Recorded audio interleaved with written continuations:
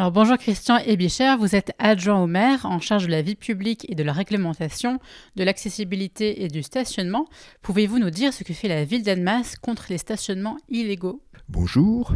Oui, mais avant toute chose, je voudrais rappeler que dans toutes les villes, l'espace public doit être partagé équitablement pour de nombreux usages. Le stationnement est limité à certains emplacements clairement identifiés. Tout stationnement en dehors de ces emplacements perturbe d'autres usagers, les piétons, les cyclistes, les automobilistes, les commerçants par exemple. Et bien sûr, ce stationnement en dehors des emplacements est illégal.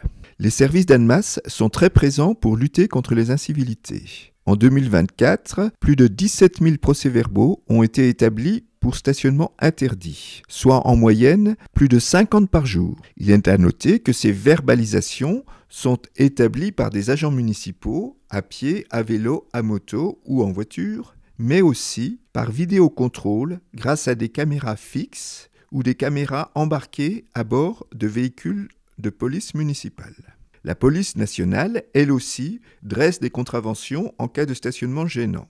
Lorsque le stationnement est particulièrement gênant, les agents municipaux font appel à la fourrière. Il y a eu plus de 25 véhicules enlevés par la fourrière chaque semaine en 2024.